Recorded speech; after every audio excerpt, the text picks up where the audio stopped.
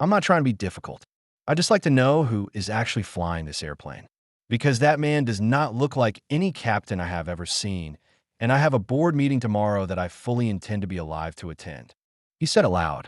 He said it in the first class cabin, loud enough that the whole front of the aircraft went quiet, loud enough that the woman across the aisle pretended very hard to read her magazine.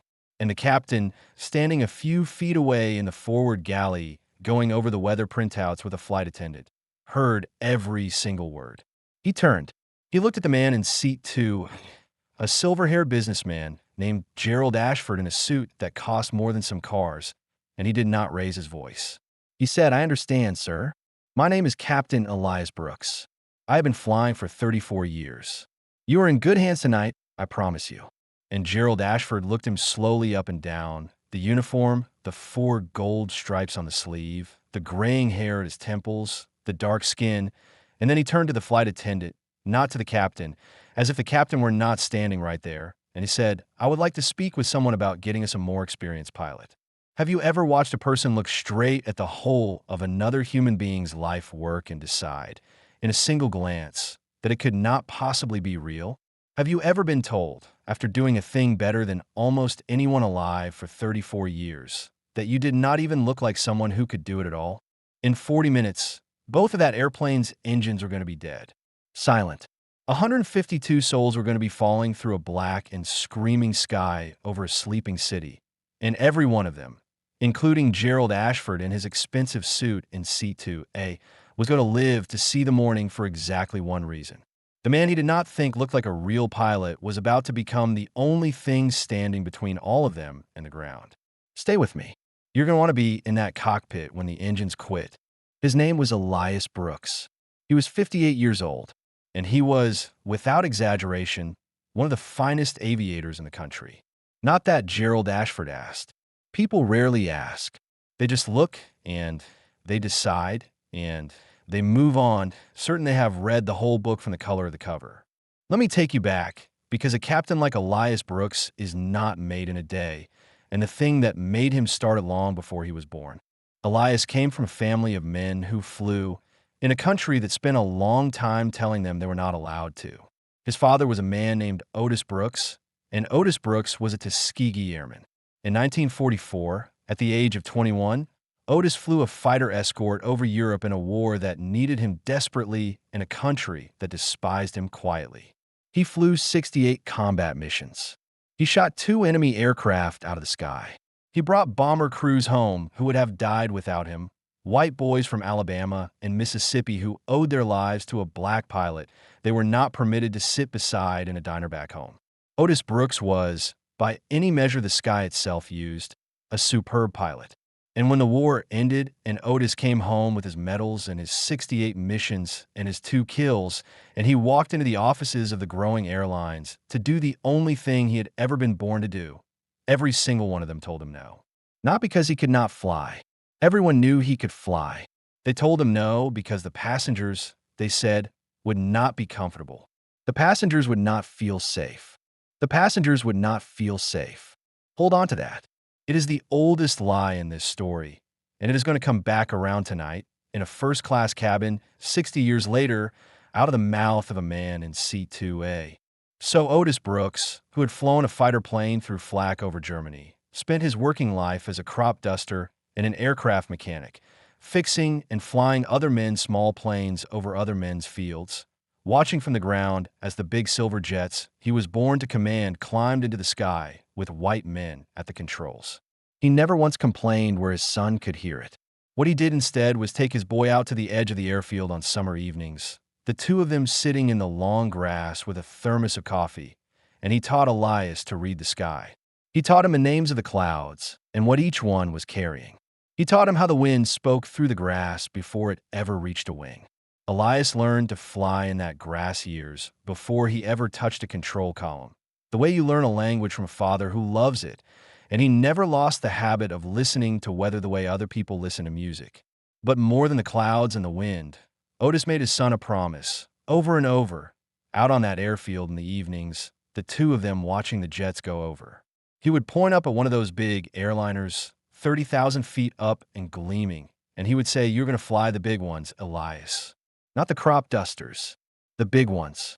You're going to sit in the left seat, the captain's seat, and they're going to have to look up and see you at the controls, and there will not be a single thing they can do about it."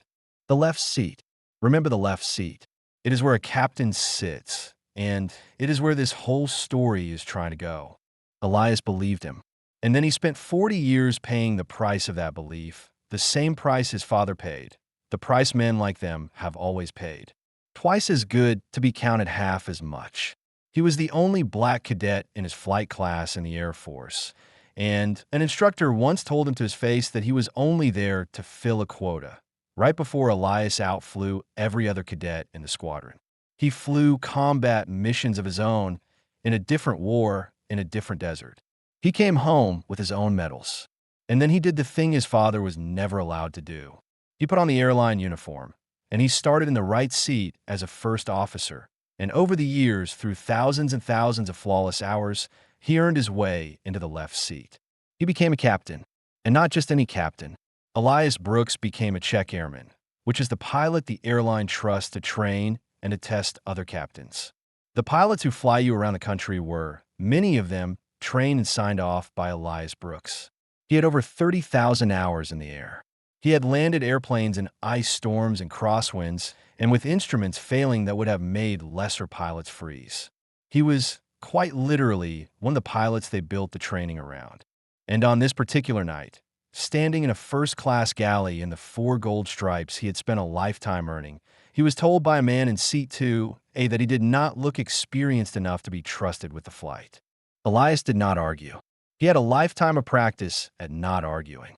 He simply nodded, and he told the flight attendant, a kind woman named Gloria who was mortified on his behalf, that everything was fine, that Mr. Ashford was welcome to take a later flight with a different crew if he preferred, but that this flight was going to depart on schedule, and that he, Elias, would be proud to fly it. Then he did the thing that I think about most in this whole story, and he did it where nobody could see. He went back into the cockpit, and he sat down in the left seat, and before he began his checklists, he did what he did before every single flight. He reached up to the sun visor above his head, and he unclipped a small, worn photograph he had carried for 30 years, and he looked at it for a moment. It was a black and white picture of a young man in a leather flight jacket standing in front of a fighter plane in 1944, grinning, 21 years old, immortal, with a whole unfair sky in front of him. Otis Brooks, Elias's father, the man who was told the passengers would not feel safe. And sitting there in the left seat his father was never allowed to occupy. On the night a stranger had just told him he did not belong there, Elias Brooks felt something move in his chest that was heavier than anger. It was the specific weight of realizing that you can spend your entire life, and your father can spend his entire life before you, becoming undeniably excellent at something, and it will still not be enough to stop a man in an expensive suit from looking at your face and deciding you are a fraud. 40 years, 30,000 hours, 2 wars, and a man in seat 2 had erased all of it with one glance and one sentence. Elias looked at his father's grinning young face for a moment longer. Then he did what his father taught him to do with that weight. He set it down gently, where it could not get in the way of the work, and he clipped the photograph back onto the visor, and he became entirely the calmest and most competent man on that airplane. Because 152 people were counting on him whether they knew it or not, whether they thought he looked the part or not. They pushed back from the gate on time.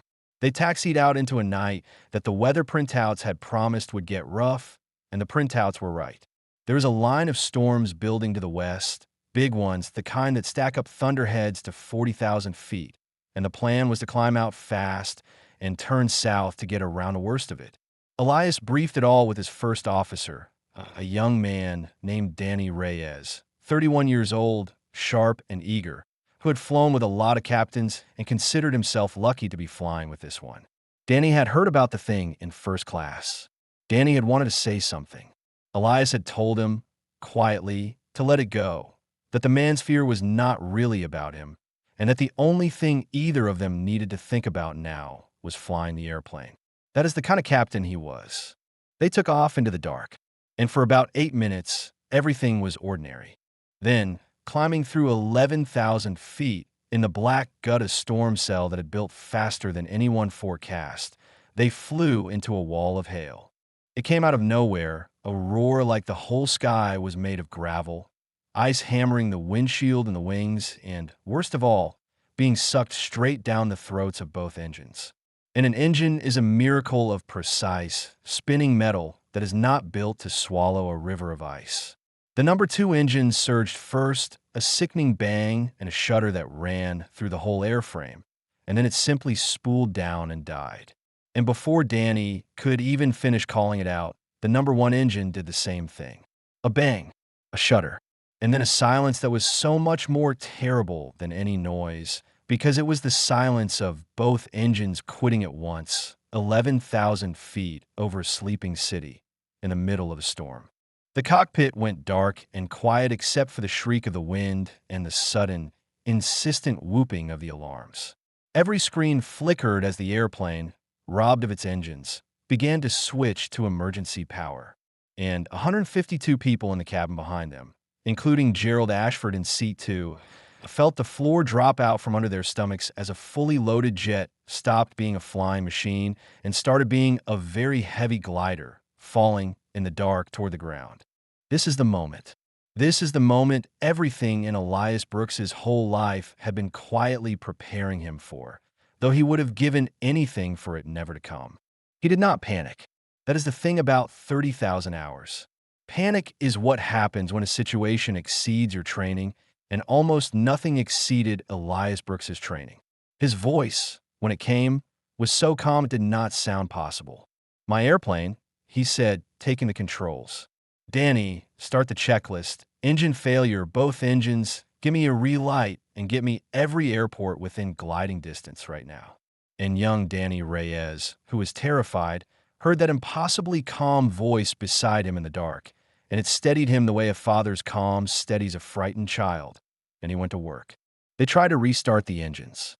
The engines would not restart, not with the hail still choking them, not in the time they had.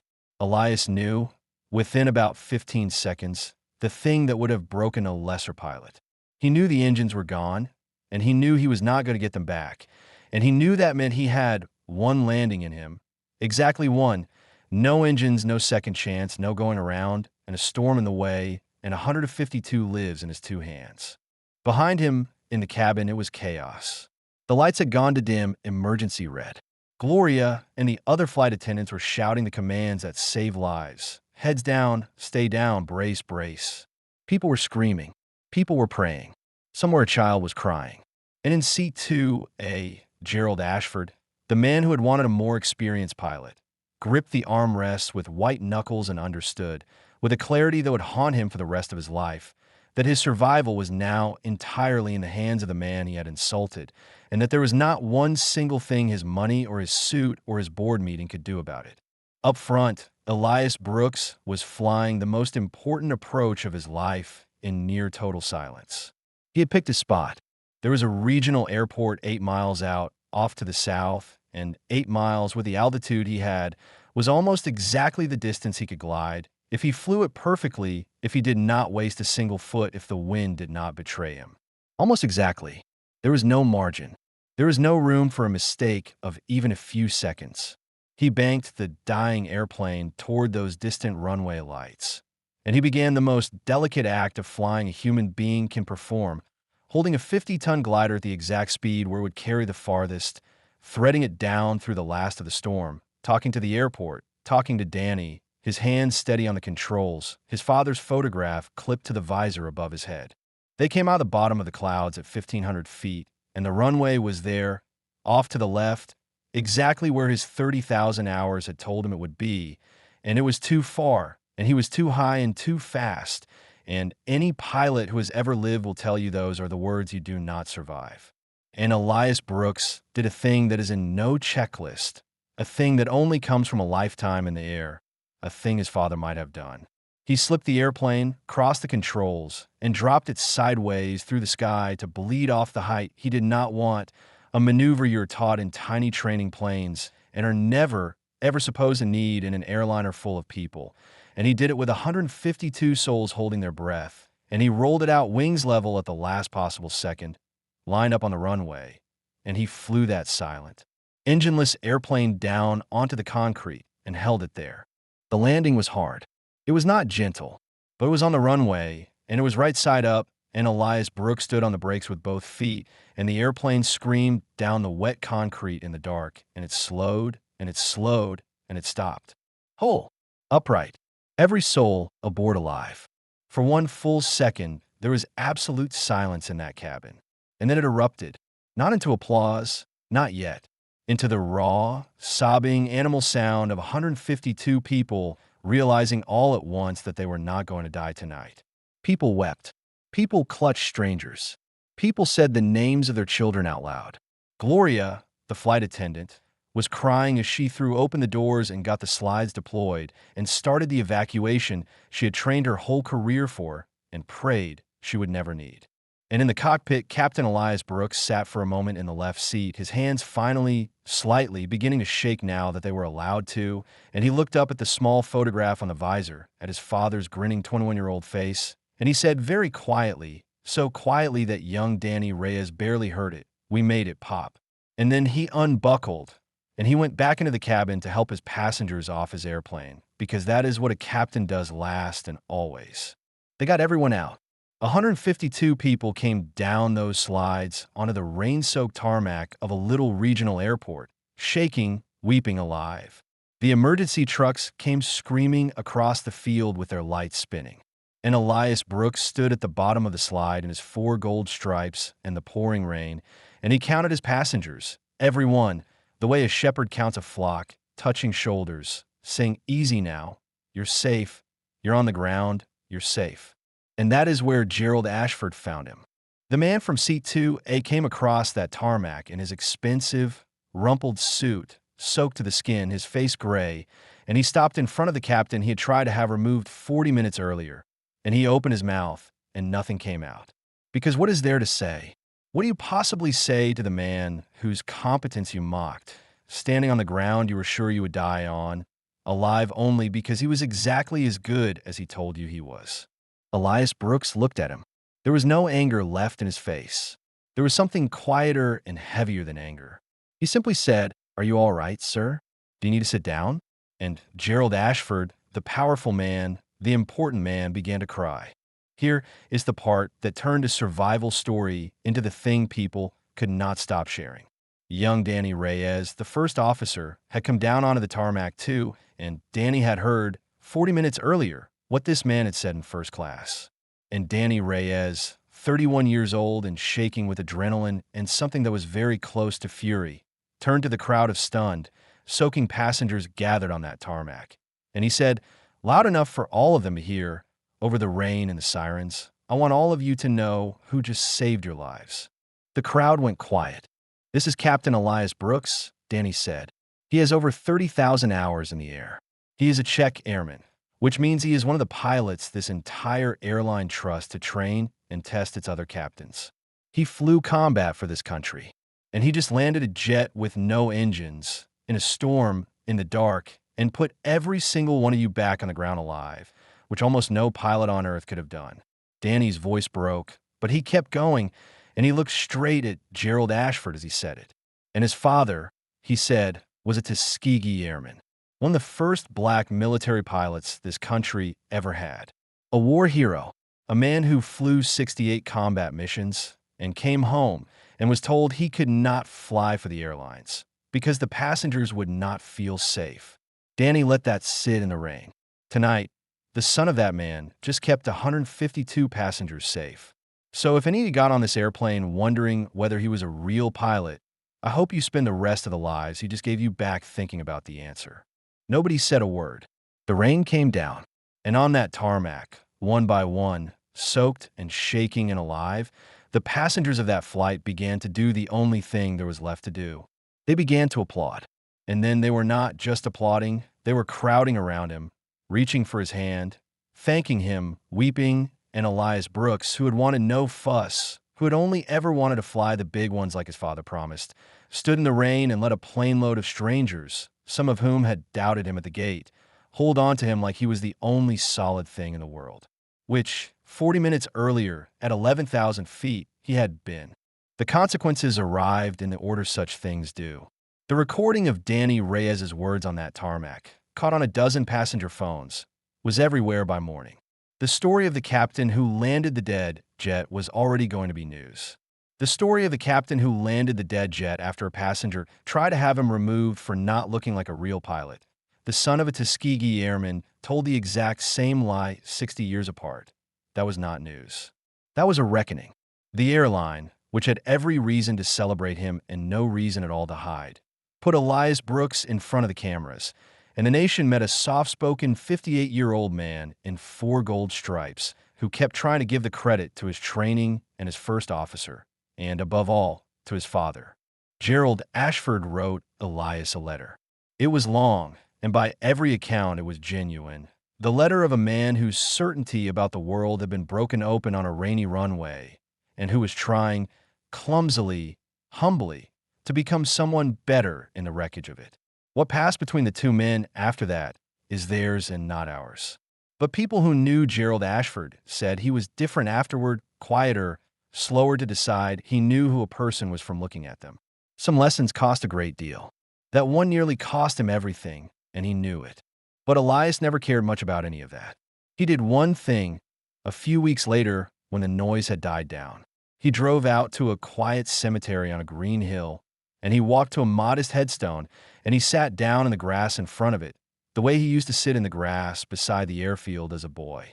The stone read Elias Brooks, and under the name it read, because Elias had made sure of it years ago, Tuskegee Airman. And Elias took the small, worn photograph off of nothing this time, just held it, the grinning boy in the leather jacket, and he told his father everything. About the hail, and the silence, and the slip, and the runway. About the left seat. "Pop," he said, "I flew the big ones. I sat in the left seat, just like you said." And they looked up, and they saw me at the controls. He was quiet a moment, and there was nothing they could do about it, just like you promised. Elias Brooks flew for 6 more years before he retired. And in those 6 years, he made a particular point of something. Whenever a young black pilot came through his training, nervous, carrying that same old weight, the weight of being the only one in the room, Elias would take them aside after the check ride, and he would tell them about Otis. And then he would tell them the thing his father told him, out on the airfield in the evenings, all those years ago. "You're going to fly the big ones. You're going to sit in the left seat. And when you do, no matter who is sitting behind you wondering whether you belong there, you fly that airplane so well that the sky itself has to admit the truth. The sky never once cared what any of them looked like, only whether they could fly. And men like us," he would say, "we can fly." Here is what stays with me about this one. Elias Brooks walked onto that airplane carrying every possible proof of who he was. 34 years, 30,000 hours, 4 gold stripes. He had earned one impossible flight at a time. And to the man in seat 2, none of it existed, because Gerald Ashford had looked at his face and closed the book before he read a single page. The proof was on his sleeve. It was in his voice. It was in every hour of his life. And it took both engines dying in a storm to make one frightened, powerful man finally see what had been standing in front of him the whole time. That is almost always how it works, though, thank God, is not usually this literal. We decide who people are from the cover. We are sure. And every so often, life opens the book with a force that leaves us shaking on a rainy tarmac, alive, ashamed, and finally paying attention. In the end, I made Elias Brooks up, but I did not invent Otis. The Tuskegee Airmen were real. They flew 68 mission tours over Europe with distinction, and a great many of them came home to be told exactly what Otis was told, that they could fly a fighter through enemy fire, but could not fly passengers who would not feel safe. Real men live that. And the lie that grounded them is the same lie that walked onto an airplane in a suit tonight and told a captain he did not look the part. A lot of you have felt some version of that glance, the one that decides who you are before you speak. And a lot of you have been in that cabin too, in seat 2C, hearing the man in 2A, feeling that something was wrong and wondering whether it was your place to say so. So let me ask you honestly, if you had been in first class that night and you heard a man demand a more experienced pilot because the captain did not look right to him, would you have looked at your magazine Or would you have been the one who spoke up? And whose 30,000 hours are you looking straight at right now? On a sleeve, or in a voice, or in a life, and failing to see? Tell me below. I read every single one. And if this story moved you, share it with someone who has spent their whole life being told the passengers would not feel safe, and remind them that the sky only ever cared whether they could fly.